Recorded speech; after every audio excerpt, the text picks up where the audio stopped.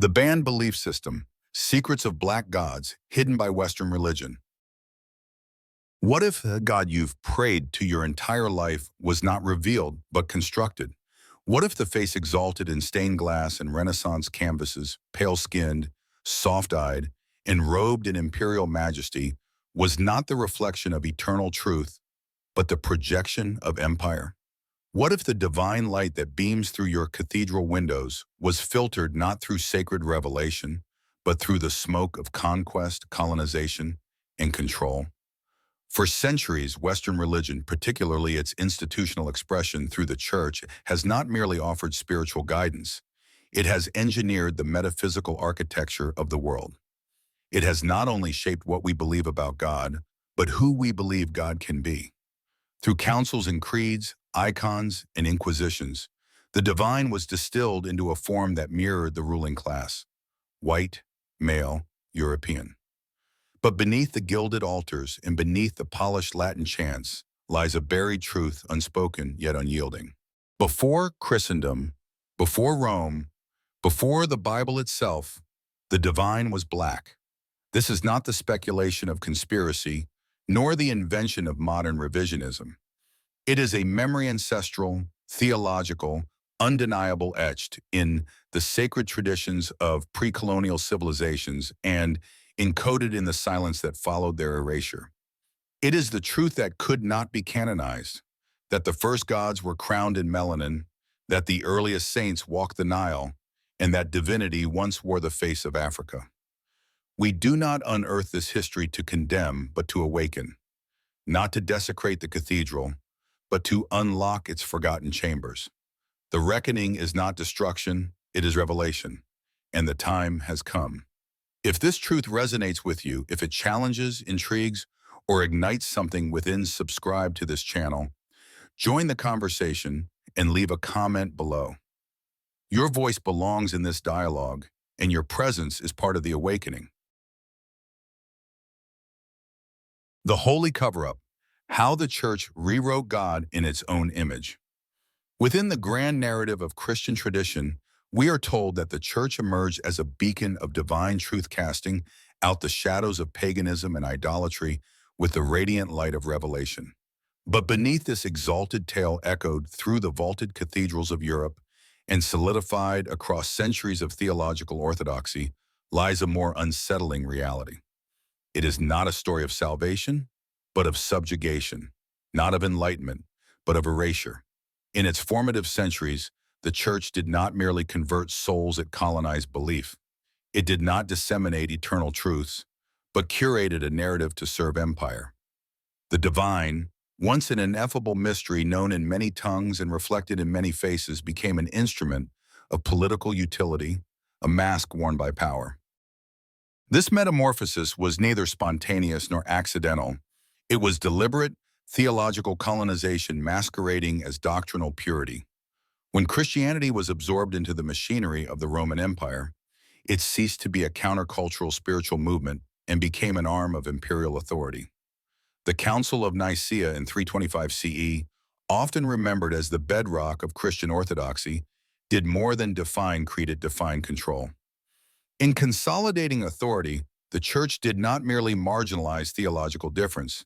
It erased the sacred plurality that had once flourished in North Africa, the Levant, and the ancient Near East. Gone were the feminine wisdom traditions, the Afro-Semitic cosmologies, the indigenous epistemologies that dared to see the divine not as one, but as many. These were not refuted in argument, they were banished by decree. Nowhere is this strategic transformation more evident than in the iconography of Christ himself. The earliest representations, etched humbly into the walls of Roman catacombs, depict a figure whose features are unmistakably Semitic, if not explicitly African. Dark-skinned, tightly curled hair, eyes bearing the weight of oppression and the depth of ancestral wisdom. This was a Jesus born of the margins, not the throne. In certain icons, he bears a striking resemblance to Ethiopian renderings. His form a bridge between earth and eternity, between man and God. But as Christianity became a tool of imperial expansion, Christ too was remade, not spiritually but visually. His image was not merely lightened, it was transfigured to suit the gaze of empire. By the height of the Renaissance, the transformation was complete. Christ had become indistinguishable from a Florentine nobleman, fair-skinned, aquiline-nosed, clothed in the elegance of European aristocracy. This was not aesthetic evolution, it was iconographic domination. Michelangelo, Da Vinci, and their peers did not create art. They canonized whiteness as divine. To depict God as white was not an innocent choice nor a neutral cultural adaptation. It was a philosophical maneuver of staggering consequence. It placed the highest conceptions of justice, goodness, wisdom, and eternal truth within the frame of European identity. Heaven was no longer an eternal metaphysical realm. It became a celestial mirror reflecting the political structures of earth. The divine became racialized, and in doing so, so did human worth. If God was white, then whiteness became sacred. The black body, once honored in temples, encoded in hieroglyphs, and reflected in the gods of Nubia, Kemet, and early Christian Ethiopia, was now relegated to the realm of sin, savagery, and spiritual deficiency. This was not a simple inversion of aesthetic taste. It was the groundwork of a global moral order, one that made possible not only spiritual alienation but material domination. The slave trade, colonization, inquisitions, enforced conversions, all justified under the sanctity of a white God descending upon a dark world. What becomes unthinkable then is the notion that divinity was once and still is black. Not metaphorically black, not allegorically dark, but literally present in black bodies, black cultures, and black cosmologies. To acknowledge this is not merely to revise theology, it is to unravel the scaffolding of centuries of racialized divinity. It is to declare that the Church, the Vatican, the councils and emperors who constructed Christianity into a European institution did so by silencing the very people whose lands first knew the voice of God. The cost of that erasure is not only historical, it is existential. For in denying the sacred in the black image, the world has lost its mirror. The black believer, told that salvation lies in the face of his oppressor, is also told that his own reflection bears the mark of the fall. And yet, despite centuries of suppression, the truth has never been fully extinguished. It vibrates beneath the surface like a buried frequency waiting to be heard. African spiritual traditions were never annihilated. They were simply driven underground. Beneath the robes of forced conversion, beneath the cassocks and crucifixes, beneath the Latin liturgies, the ancestral drums still beat. Whispers of the divine persisted in coded songs, in veiled rituals, in stories passed across oceans on slave ships, and through time in the mouths of the oppressed. The Yoruba cosmology, the Dogon astronomy, the Kemetic metaphysics. These are not relics of a dead past. They are testaments to a living sacredness that refused erasure. And even now, their presence rises through rediscovered manuscripts, reawakened practices, and the invocation of names once banned by the pulpit. To uncover this holy cover-up is not merely to deconstruct religious history, it is to liberate the sacred from its imperial bindings. It is to rescue the divine image from the shackles of conquest and return it to its rightful multiplicity. It is to say unequivocally that the divine is not the exclusive property of Europe, but the common inheritance of all humanity, that God does not speak only in Greek and Latin, but in the tones of Amharic, Yoruba, and Kikongo, that God does not only wear pale skin, but black skin too, brown skin, feminine form, multiple expressions, infinite emanations. In this reckoning, the Church is not merely called to confession, but to transformation. The face of God must be shattered, not to deny it, but to reveal what lies beneath. The divine must be allowed to re-emerge from the ruins of dogma, no longer confined to whiteness, but radiant in every color of the human spectrum. The European Jesus must be seen not as historical fact, but as imperial invention. And when that illusion is peeled away, what remains is not an empty void, but a fuller vision of a God who once walked the banks of the Nile, who listened to prayers spoken under desert stars, who revealed sacred truths through black prophets and matriarchs long before the Vatican was born. The holy cover-up may have endured for centuries, but graves cannot silence ancestral memory. The resurrection is not only theological, it is cultural, historical, and cosmic.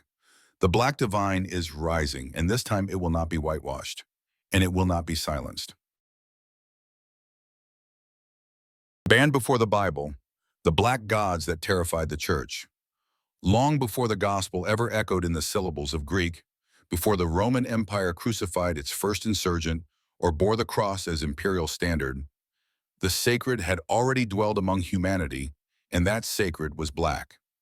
In the ancient civilizations of Egypt, Nubia, Kush, and Axum, long before the architects of Christendom convened to canonize creed or scripture, divinity was not merely imagined, it was embodied.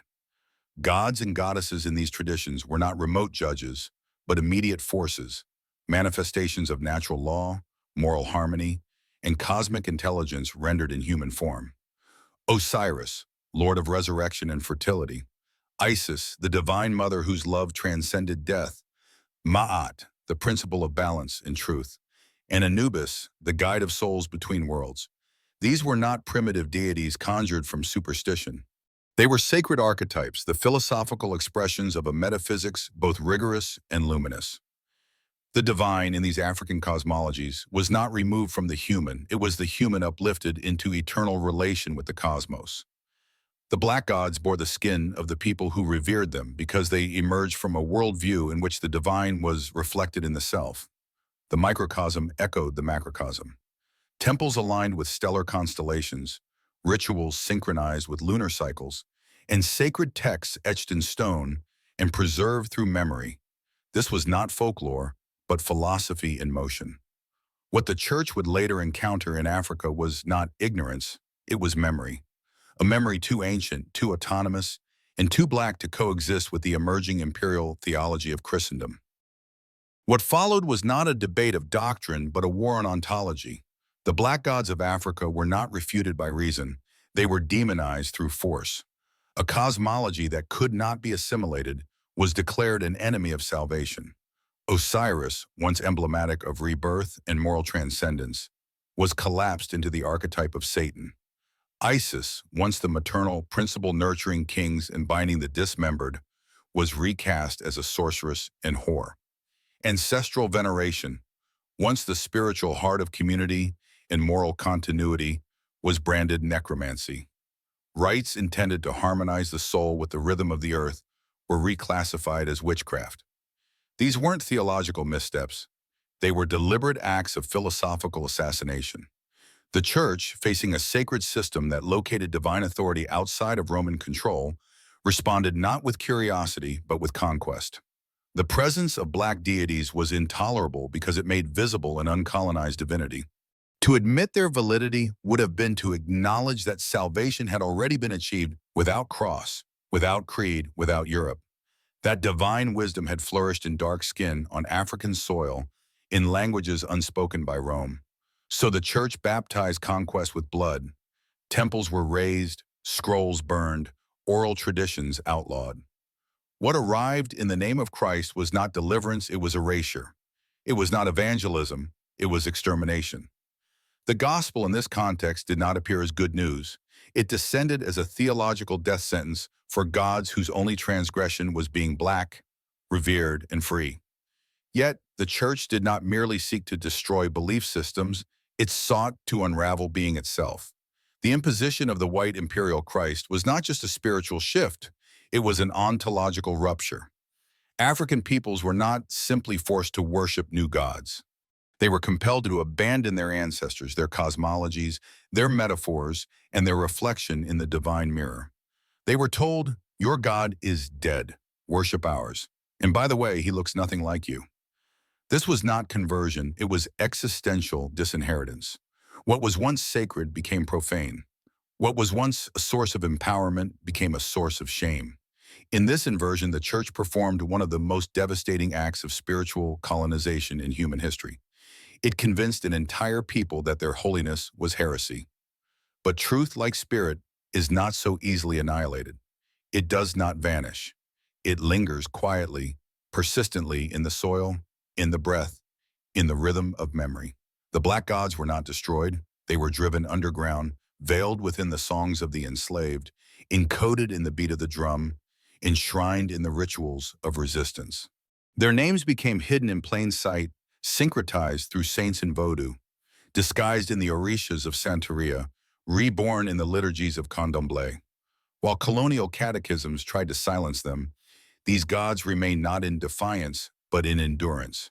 They whispered through generations, not in anger, but in remembrance. They did not speak of vengeance. They spoke of return. And now, as the sacred reawakens across the diaspora, their voices rise again, not in superstition, but in reclamation. The sacred that was buried beneath centuries of conquest is rising from the ruins of empire, not to destroy, but to restore. These deities, these sacred energies, do not come to oppose Christ, they come to complete him. For what the church once feared may yet become the path toward a deeper, more expansive spirituality, one that is not limited by the color of God's skin, nor the empire that claimed him. A spirituality that does not erase, but remembers. That does not convert, but liberates. That dares to say the unthinkable. That the divine was once black and still is. Saint or slave, the church's role in recasting black holiness as heresy. Within the cloistered corridors of ecclesiastical history, Africa does not linger at the margins. It lies at the very foundation of Christian thought. The early centuries of the faith did not approach the African continent as a tabula rasa awaiting revelation, but rather as a sacred fountainhead, a source from which theological insight, spiritual depth, and doctrinal clarity emerged. Figures such as Tertullian, Origen, and Augustine of Hippo are not merely historical footnotes. They are the scaffolding upon which much of Western Christianity was erected. And yet, in the modern ecclesial imagination, their African origins have been reduced to geography alone, curiously acknowledged but strategically divorced from the implications of blackness. Augustine is often described only as being from North Africa, a geographical concession that functions as theological laundering, preserving doctrinal authority while severing it from its embodied, racialized roots. His skin tone, cultural context, and ethnic features are buried beneath the veil of cartographic ambiguity, as if Africa could exist as a place but not as a presence in the theological body. More explicit still is the treatment of Saint Moses the Black, whose very name makes visible what the church dared not exalt. And yet, even he monk, martyr, and mystic is often reduced to anomaly, his blackness filed away as exotic exception rather than sacred embodiment. The unspoken doctrine emerges. Blackness in the realm of holiness must be either exoticized, exceptionalized, or erased. Yet the church's most insidious act was not the marginalization of those black figures it reluctantly canonized, but the deliberate refusal to sanctify those whose spiritual expressions flowed from indigenous soil. Prophets, visionaries, herbalists, diviners, those who accessed the divine through rhythm, land, and memory were not simply passed over, they were condemned. The doctrinal architecture of the church, built on Roman ideals of hierarchy, linearity, and logos, could not tolerate the cyclical, embodied, and intuitive ways of African spirituality. Drums were not instruments of prayer, but signals of insurrection. Trance was not mystical union, but demonic possession. Oral wisdom was not theology, but superstition. In this ecclesial worldview, holiness required order, and order defined by empire, not by the spirit. The very forms through which African communities accessed the sacred were pathologized and demonized, not because they lacked spiritual value, but because they defied theological domestication. And thus, in the name of conversion, the church waged a philosophical war, a metaphysical colonization masked as salvation. In this economy of redemption, the African was not a potential saint, but a potential slave. And once enslaved, their soul was forcibly recast in the likeness of their oppressor's God. The body was shackled, the mind colonized, the spirit baptized into forgetfulness. But what if sainthood had never been intended to wear only white robes or chant in Gregorian harmony? What if holiness once moved in barefoot circles around fire, spoke in tongues older than Latin, sang with the wind, and offered sacrifice to the ancestors who dwelled within the land itself? What if the sacred was never meant to be sanitized, systematized, and situated within marble halls? but was instead always meant to rise from the earth. Intimate, ecstatic, embodied. The church, in its obsession with standardization, amputated the divine from its multiplicity. It could not codify the drumbeat into doctrine, so it silenced it. It could not canonize the oral tradition, so it burned it. It could not sanctify the black mystic, so it buried him in the anonymous grave of paganism. In doing so, the church did not merely create theological hierarchy, it constructed a racialized metaphysics in which whiteness was no longer just dominant, but divinely ordained. And yet, despite this vast campaign of erasure, the sacred flame of black spirituality has never been extinguished. It survived in the invisible church of the enslaved, whispered through the winds of the plantation, sung through coded hymns in cotton fields, hidden in the folds of syncretic traditions like Vodou, Santeria, and Candomblé. It flickered in every secret sermon, every ancestral prayer, every rite disguised as feast day, every whispered name of a guide whose shrine had been burned. The church may have tried to transform saints into slaves and slaves into sinners, but it could not erase what lived in the marrow. It could not silence the ancestral memory that spoke in dreams and drumming, in blood and breath. The black body, baptized in chains and told to be grateful for salvation, remembered that it was never lost to begin with. It remembered that holiness was never supposed to be colorless, never meant to be bound by Roman architecture or confined to Greco-Roman metaphysics. It remembered that to be African was not to be damned, it was to be divine. And now, as the ecclesial veil lifts and the ancestral archive begins to speak again through scholarship, ritual, art, and embodied reclamation, we are invited, no compelled, to ask the deeper question: what would Christianity have looked like had it canonized all sacred expressions? What would the church have become had it honored the wisdom of the seer alongside the systematic theology of the scholar? The drumbeat beside the hymn, the vision of the priestess beside the prescriptions of the bishop. What might have been preserved had the black sacred not been branded heresy, but revered as a legitimate expression of divine encounter?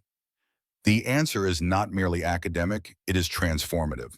For in retrieving these lost lineages of holiness, we do not only restore a history, we restore a cosmology. We reclaim the idea that the sacred is not the property of any one culture, color, or canon. We rediscover that the divine has always been relational, embodied, plural, and inclusive. The sacred was never meant to be owned. It was meant to be shared. And now it is time to remember. It is time to return. Divine amnesia: how Western religion erased Africa from the Garden of Eden. To grasp the full extent of Western religion's manipulation of sacred memory, one must not begin with the crucifixion, but with creation itself. For in the beginning, prior to creed or canon, before the rise of dogma or dominion, there was earth, and earth was Africa. This is not speculative mythology, but empirical truth. The earliest humans walked, spoke, dreamt, and made meaning upon African soil. Their bones still rest beneath its ancient terrain, their footprints fossilized in the Rift Valley, their genetic legacy imprinted in the marrow of every living human being. If any land could lay claim to the name Eden, if there exists a geography that breathes the mythic essence of origin, it is the continent of Africa. And yet, Western religious consciousness could not abide such a truth. It could not allow a genesis that enshrined blackness as the divine genesis of being. Instead, it reimagined Eden within the cartographic framework of empire. In a theological act of displacement, the rivers Tigris and Euphrates, geographically significant but biologically irrelevant, were elevated as the sacred cradle of humanity. Thus began one of the most consequential acts of spiritual cartography in human history, the deliberate redrawing of sacred space to disinherit a people from their place in the cosmic narrative. Eden was not merely relocated, it was whitewashed. The axis of sacred origin was uprooted from the womb of Africa and transplanted into a landscape more palatable to the architects of Western theology. This was not an act of exegetical fidelity, it was an ideological necessity. For to locate Eden in Africa would be to admit the unthinkable, that blackness is not only ancient, but sacred. not a deviation from the divine, but its primordial embodiment. And to those who would one day sanctify conquest, slavery, and epistemic control in the name of salvation, such an acknowledgement could never be allowed to stand. In displacing Eden, the church did not simply misplace a garden, it severed a people from their cosmological inheritance. It rewrote the beginning of the human story in such a way that blackness could never signify origin, only exile, never Genesis, only fallenness. Africa, once revered by antiquity as a fount of knowledge, philosophical depth, and metaphysical balance, was recast through a Western theological lens as a space of absence, a void awaiting the illumination of white saviors carrying scripture in one hand and shackles in the other. The same continent that gave rise to pharaohs, astronomers, mystics, and theologians was rendered, by theological fiat, a land without light. This was not merely historical revisionism, it was a form of epistemological violence, a theft of memory that reshaped the trajectory of sacred consciousness. The original temple, the earth itself, was transformed from a site of divine revelation into a mission field. Its people, once custodians of cosmic order, were rendered blank slates upon which empire would inscribe its theology. Such erasure is not confined to maps, it penetrates the soul. When a people are removed from the beginning of the sacred narrative, they are made to feel perpetually late arriving at holiness only through the grace of those who wrote them out of it. The displaced are taught that their knowledge is borrowed, their wisdom counterfeit, their presence conditional. Holiness is no longer something to be remembered from within, it is something to be imported from without. Yet Eden in its truest form was never meant to be discovered by outsiders. It was always a memory etched into the black body, an echo in the rhythm of African ritual, a murmur in the wind of Kemet's desert prayers. No suppression of theology, no whitewashed rendering of Genesis can fully erase what the ancestors preserved. For even when the tree is cut down, the roots still remember the shape of the earth. Even when a name vanishes from Scripture, it persists in the dream language of the ancestral realm. And now, as the world trembles under the weight of ecological destruction and spiritual fragmentation, we find ourselves orbiting the forgotten Eden not as colonizers seeking dominion, but as descendants yearning for return. This return is not geographical, it is metaphysical. The soil remembers, the ancestors remember, and we too are beginning to remember. We are remembering that Africa was never peripheral to sacred history, it was always the center. That blackness is not the cursed shadow of biblical misinterpretation, but the breath of divine becoming. That the divine did not descend from the clouds clad in Latin and linen, but rose from the Nile cloaked in melanin and myth. In this remembering, we do not rewrite history, we resurrect it. We defy the theft. We unearth the sacred buried beneath empire and empire's God. We replant Eden where it has always belonged, not in the imperial atlases of conquest, but in the living memory of those who carry its soil in their skin and story. To erase Africa from Eden is not simply to distort a myth, it is to exile an entire people from the divine story of being. But the soul, like the earth, cannot be deceived indefinitely. It heeds no borders, it honors no imperial theology. And now, as the gilded illusions of empire fracture and fall, truth germinates in the cracks like a buried seed long denied sunlight. Africa was not outside the garden. Africa was the garden. And the black body was never alien to the sacred. It was the first mirror in which God beheld himself.